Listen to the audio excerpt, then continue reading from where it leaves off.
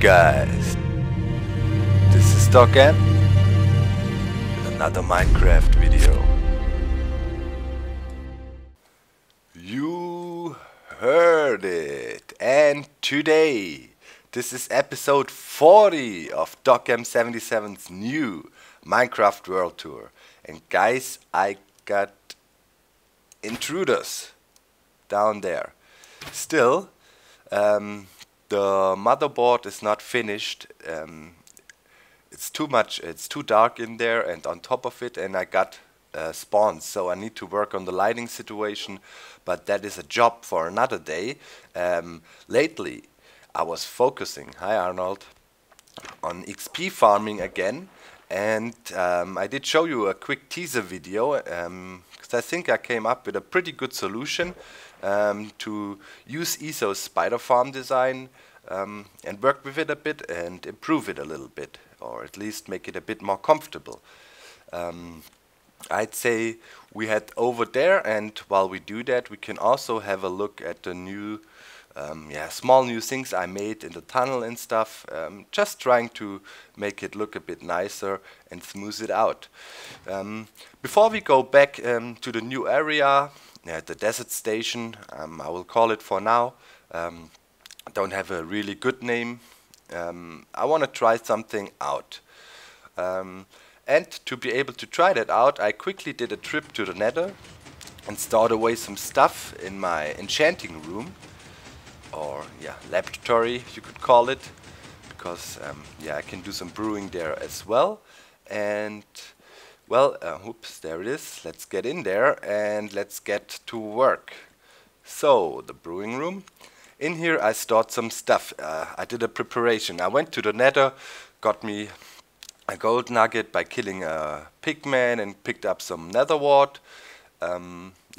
That's all we need. I got some gunpowder here and a melon slice, and today we want to brew something, and we want to brew something cool. We want to brew a throwing potion, or a throwable potion. To start that off, basically we want to make a potion of harm. Or throwable potion of harm. To do that, I will show you the recipe now. First of all, we need awkward potion. To make awkward potion, we need a water bottle and some nether wart. One is enough. Just go to your brewing stand, and now we're gonna put it in there, and we're gonna brew that.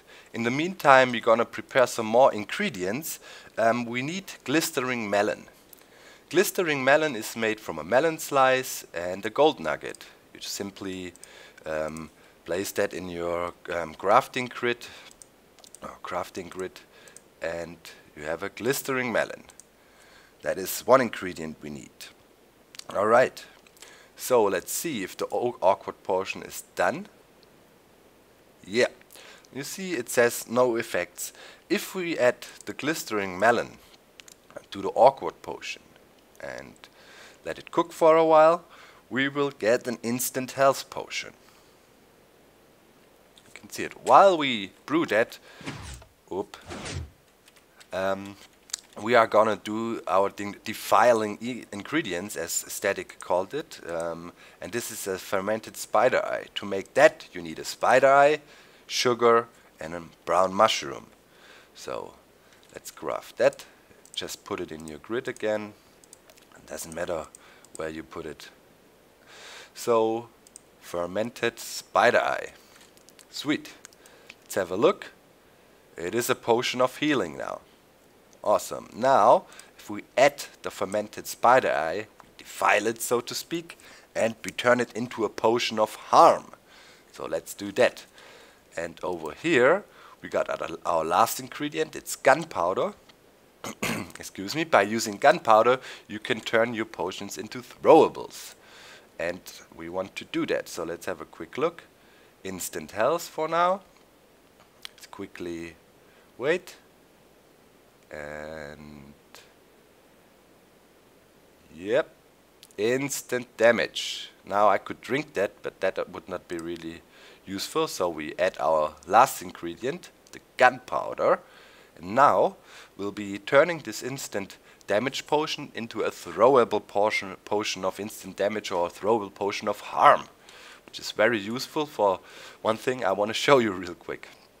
So come on, brew, takes a while, but as you can brew 3 potions at once, you know, you can speed up the process. I was just, had no time to gather resources for more, but now we got a splash potion of harming. Awesome. For some reason, if I put that down in my inventory bar here, it looks kind of weird. I'm not sure if that is supposed to be like that in the Vedix 32x32 texture pack we are using as a base for our texture pack, but it works. Okay, so now let's get down and we should take a ride back to the new area. I was able to finish the tunnel until here. Whoops, until here. Somewhere back there. I smoothed out the walls with clean stone and all that, but we will have a little ride and have a look ourselves. Let's go. So soon there is the ravine. I widened it out a little bit, so far not more, but yeah, it's a bit bigger. I added iron doors. I added the iron door here. Here was the area where the skeleton spawner was and where the annoying zombie noises were. This is the other ravine. Did you see? And the ice. Yeah. So I'm trying to work in here. You can see it's pretty smooth by now. Replacing one block after the other, step by step. Okay, we arrive, and in the teaser video you saw this area here. I worked a little bit more on it and added this small enchanting area and also some doors here. I didn't do any exploring around here at all. Basically it stops right here. And now so much stuff to do. You can see iron back there and all. I didn't go there and I need to close that in. That is also not finished. This is some redstone for my enchanting setup here. Okay, but first of all, guys, we should look at the spider farm. Where to start? Okay, let me open up the door. This is the spider spawners I found in the last episode. I was really lucky. If you look at them, they are perfectly aligned. That is kind of rare, I'd say, but the chances are really high you find spider spawners close together. As you saw in Ethos LP, for example, he found some. He said he even found 3 within range. When we're talking about range, and I want to quickly go to F3 so you guys can check it out. You get the coordinates, so it's x minus 481 and z minus 101, or z, how people call it. So the seed you can see. So if you want to find that location, feel free to download or check out my seed and try things out. Key thing is, Isa explained it, but I will quickly go over it. You need to be 8 blocks. You need to be within a radius of 16 blocks of a spawner to work. So if the 2 spawners are 5 blocks apart. That means I measured it out, so down here I'm more than 8 blocks away from both spawners where I store my spiders. You can see them already. But I'm also within the range of 16 blocks. That means our spawners will constantly work, because yeah, you have a limit of 5 or 6 spiders within a radius, within this 8 block radius I was talking about. And if you transfer the spiders away from that with water streams, and that is the principle behind the spider farms here, you can basically spawn them limitlessly, it seems. I'm pretty sure the mob cap is at 80, the normal mob cap at now, and I was waiting that out a bit here, and I saw over 120 entities in that thing. So there seems to be no mob cap, right? So what happens here basically, mobs fall down, they are transported away with the water channels, There's one little flaw in my setup here. I improved it over there. But here, for this spawner, the spawning surface is a bit reduced because I have no single layer of air between the spawner and the water. So to really make it perfect, you might have to drop the water here 1 block more. But it's working nicely. It's not a real big deal. You see, just this spawner here is fully active, and it just spawned in 4, and we get good spawn rates down here as well. So the principle behind the thing is we want to XP farm them, and I want to do it without using any external tools. How we do that? Well, I hooked up my lever here. Crusher extends, weakens them to a point so they can be one-shot killed, and you saw it, we just lost 1 spider. So it is timed really nicely, you barely lose anything. So if you stand on top of the thing, you can basically just tap them with your bare fist and kill them all. There are not too many spiders in there now. Oops, but enough, you know, to get some XP, and yeah, you can get tons of stuff from that. That thing is super efficient. If you flick back the lever, you see that it opens up down here again, and then the crusher opens. So there are 2 important parts to this setup. First of all, the crusher, and secondly, down there you can see now it's open. Yeah, below the staircase there's a closer piston. Why do I use that? Well, you get the spiders in there, and then you close off your kill chamber. You weaken them, and then if you weaken them, the thing would open and new spiders would, you know, flow in. New ones that are not weakened, and that would basically spoil the system. You would have spiders in there who will not, you know, be one-shot killed, and that would ruin it. That's why I have the closer piston here, or the closer block as well, and that's why I use the lever, because I want, you know, to be able to open and close the area here with the lever. Simple as that. So now I think you got the principle. Now we should look at the redstone. I have this block here, so I know where it is. I will change that later on, but for now we'll leave that. Okay, here's the redstone. Let me see my volume settings. Yeah, 5. I can't get it any lower, so sorry for the annoying spider noises, but I want to keep on collecting them because I want to show you a different thing. Okay, so guys, right here is the lever. I wanted to use a lever for this setup. That was my base idea. I didn't want to use a button. So we come in here, come around to this setup, and what you see here in front of me is a lever movement to button push converter.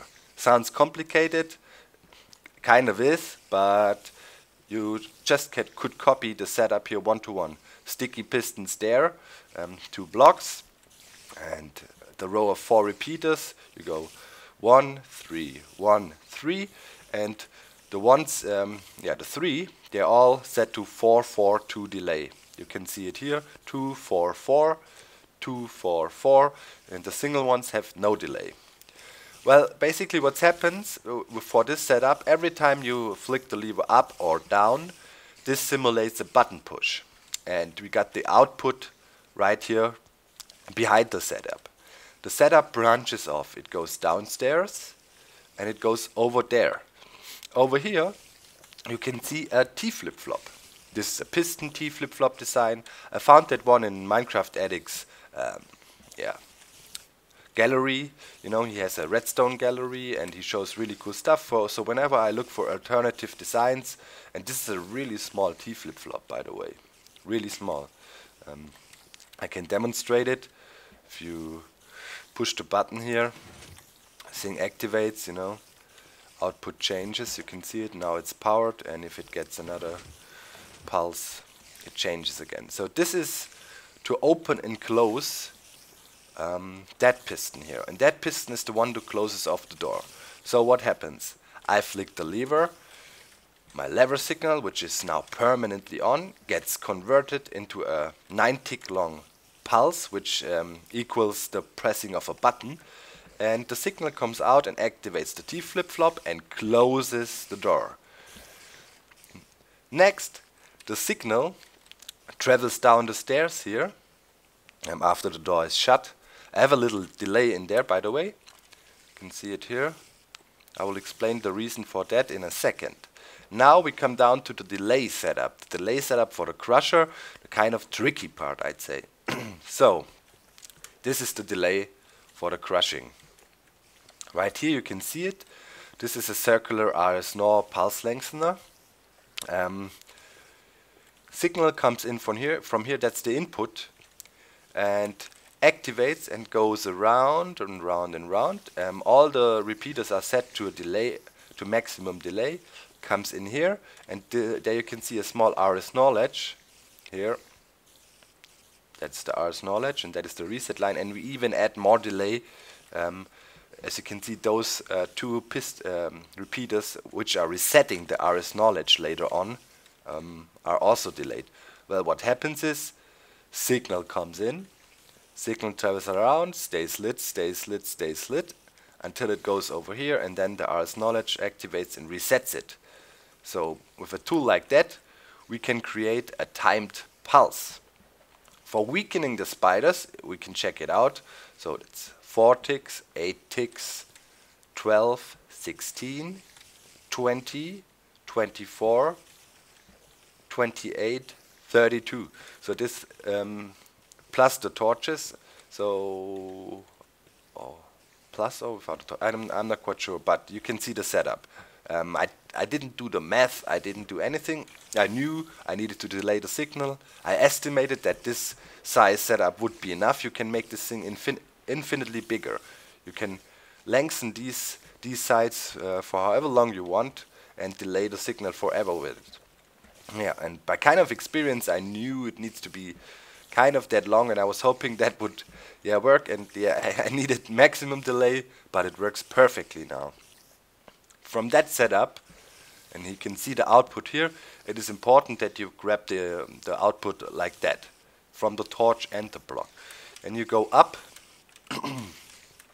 and we activate our crusher setup. So this is the basic idea behind the thing.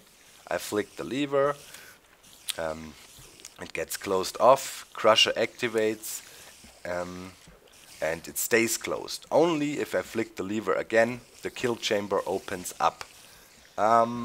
Behind this delay, there's a reason for the delay. When I activate the system again, the crusher gets also activated again. So, what I want is, I want to quickly delay the opening of the kill chamber until the crusher is extended, and that is basically what's happening right now. Crusher get extended, then doors open, new spiders stream in, then crusher retracts. So no spiders are harmed. Before, you know, it would just open, spiders would stream in really quickly and be crushed. A few at least, 1 or 2, and I wanted to avoid that. So let's get out of here and have a quick look down. Converter, T flip-flop, circular ring oscillator or pulse lengthener down there. Connect it all together, get your desired result. Okay, let's get out of here. Now I want to show you something really cool. I tried it out yesterday. I'm not saying that this is super useful, but yeah, it works, guys. You can use the potion of harm to instant kill them all. They have 6 hearts Ethoslab, and there's even a potion of harm too, which will deal 6 hearts damage of the throwable. So that means you don't even have to weaken them, theoretically. I haven't tested it, but you could test it out. And if you throw a potion of harm in there, you can instantly kill them all without even touching them. So guys, I've been waiting here for a bit. We got about 64, 70 entities in here very soon. And before we test this thing, I want to let it fill up a bit more. You can see still spiders are spawning. They're quickly climbing here, but they fall down quick. And if I close this off, they don't do that. They get collected. To collect them, by the way, my stream here is 7 blocks wide. so my collection area is a bit smaller. 8 by 8 would be perfect. It is 8 by 7 or 7 wide, and to the left and to the right hand corner of my area here I have water streams. They go to the middle and collect the spiders right here. It's a 3 wide area to collect them. Then I narrow it down to a 2 wide area. You can see that here, and then it goes into a 1 wide channel. By narrowing it down from 3 to 2 to 1, I prevent clogging a bit. It happens, but it resolves itself really quickly. I want to let some spiders build up. In the meantime, we can look at my little enchanting setup I made here. It's a small one, and you basically can choose 2 levels, pretty weak, really weak. You get enchantments 5, 2, 1, like the small ones, like that. And if I activate those bookshelves, you are able to reach 12 to 15. I think 15 is the max. 15, maybe 16, but that's okay, you know. If I come here, I maybe just want to make quick tools to get some sand up there and whatnot. Behind here I have that little chest and a workbench to make me some tools and stuff if I want to. This setup is really simple to do. It is just controlled by this redstone wiring. You got the lever here. If I flick it, signal comes around the corner and activates the 4 pistons. If you do it like that, you can activate 4 at once. The blocks below and put repeaters on there, so you can control them. Works nicely. Up now, get caught at the door. Again, and now I made it. Alright, so this is the idea behind that thing. Also, you can see I don't have no signs and stuff in here as ESO did. I can't use them because I have my crusher set up there. Man, they are loud. I have my crusher set up there, and it works. You don't need the signs. It could be if your water stream is pointing in the wrong direction. The mobs will have a really hard time to get out of there. There is a glitch in the game. If the stream flows in a certain direction, you won't be able to get out of there. Even you as a player, you can't do it. So if you try to build this setup, make sure to orientate it correctly. Do some testing before, right? Let me think. Normally the sun is rising there. So that basically means, if I'm correct, if the sun is rising in the east now, the real east, so to speak. It got changed, you know that. So we are flowing from, let me think, there is east. Okay, yep. So we're flowing from west to east. Right? Yeah, there's north, south. Yeah, so west to east, that works. Okay, so now let me see, how many do we have? Quick check. 80. I'd say that's good. So, no! No! Biggest fail ever! Biggest fail ever! No! Did you see the greatest noob in Minecraft history just throw his potion towards his lever and wasted everything? Oh god. Okay guys, before I rage quit, I need to rush back and get my potion ready. Be back. Man, that was annoying. My god. And, okay, got it again. Oops. Now, let's go back. Brought me some more nether wart from the nether and a few more gold nuggets. So yeah, it was not that huge of a loss because I got some more resources, but super annoying. Sorry for that, guys. It's 6 AM in the morning right now. I got up really early. You maybe hear it on my voice a bit, might sound a bit cracky today, and you can also see, yeah, I must be sleeping still if I do stupid stuff like that. Alright, so we're going back to the cave spider spawner, and let it build up for a bit so we can finally see how the potion of harm works on them. Okay, so all despawned because I was away now, so I'm gonna wait again and get some decent spider numbers going. While we are waiting here a bit, I want to quickly address something, guys. When I released the video about the spider trap, I saw some comments saying, oh, you copied Etho's design. It was not like, don't get me wrong, it was not like a hate storm going on and people saying you steal Etho's stuff and whatnot. Just some people were asking. Guys, this design, the water channel setup for spiders, this is nothing new. This is the way you were harvesting spiders or spawners forever now, with water channels and make them drop. The thing, what Etho did and was really genius, he thought of a really cool way, you know, he used his brain and did think about where to place the things and what to do with it, and that gave the spider trap setups a really new meaning and a powerful meaning.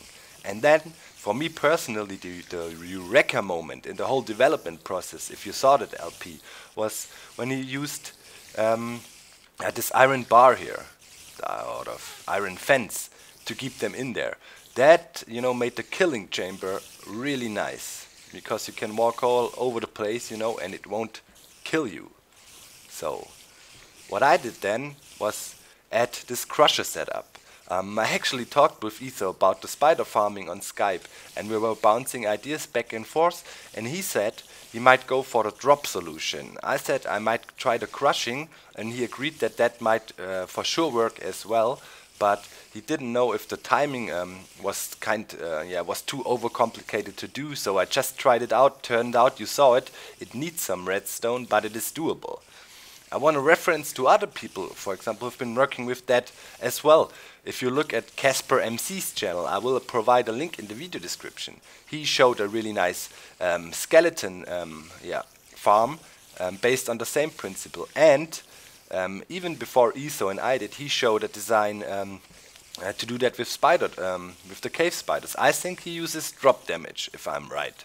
So you see it, guys. Or MrPixeltech and Xisumavoid, they made a spider killer setup. I will provide a link as well. So you see, you know, a lot of guys are working on a lot of things at the same time, and it is really hard to tell who came up with something first and who did something, you know.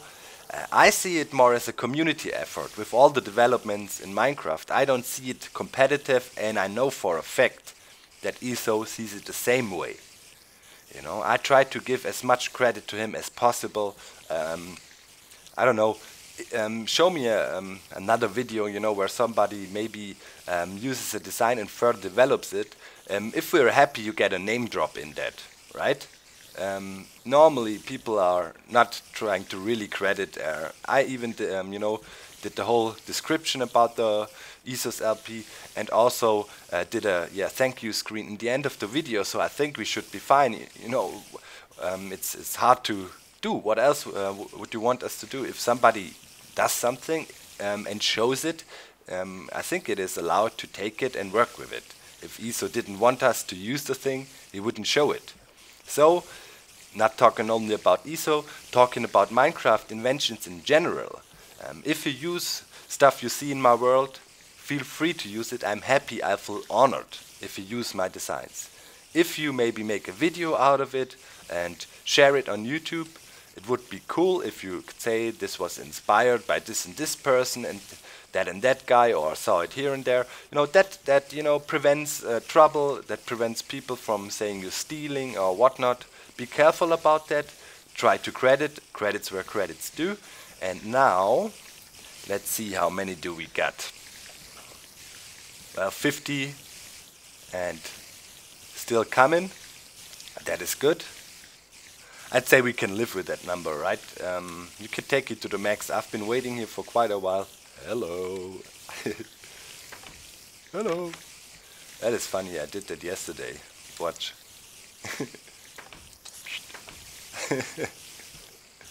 Hello. I'm on hard at the moment. Oh, risky business. Yeah, so let's see. Okay, that's 56 or something. So let's crush them.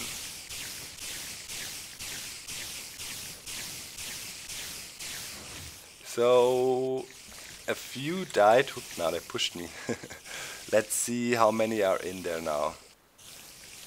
Yeah, maybe 1 or 2 died, maybe. And now you can see, you know, it's shut off. The others can't get in. And those are weakened, and those are not weakened. And that's why I have this closer setup here. And now, watch this. I checked it out yesterday. I know it works. Watch. Need to be careful. Bam! I did hit myself there. You can throw it from up there or something. All dead. With 1 throw. And now let's get the loot. You can see the XP. You can get it because, yeah, I killed them by hand. Throw in the potion. Not saying that this is super useful. You know, you saw doing the potion is quite annoying. But, yeah, if you want to talk about ultimate automation, yeah, you can even do it without even touching them. And now you can see delay. Now it opened. Crusher is there. Nothing. No spiders get harmed, and it opens up again. You can see in rare cases they do that. Rarely happens, but it resolves itself. No problem. If they are stored in here, that block turns into a source block that basically drowns the spiders. Yeah, as I said, that will resolve itself. Saw it in rare cases, but no problem at all. Okay, so you can collect again. So this is how you do it with the throwables. That is really cool, guys. And now I want to quickly go up to the caves, to the desert, and I'm working on a prototype as well at the moment. I quickly want to talk about it. I'm testing things out with a minecart elevator.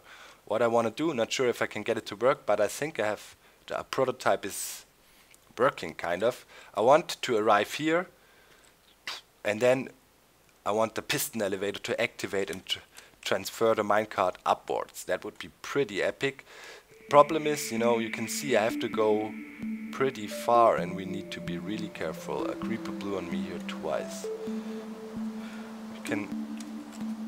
Okay, there's already one. We can... Yeah, only go up so and so many blocks with the piston pusher setup with those conveyor belt elevators. So I'm not quite sure, you know, if it's really worth it, but I might try it. It's kind of a cool effect. And back there, I want to quickly go there. I did some mining, TNT, blasted out some sand, just to give our desert a real quarry look. You know, I will be here a lot, I'd say. Try to gather resources. And guys, that's it for today. You wanna help me gather some sand, buddy? Come on, blow up. The creepers on hard. Yeah.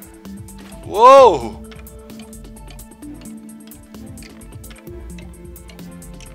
Looks like I fell right into a ravine. Oh, holy, that was...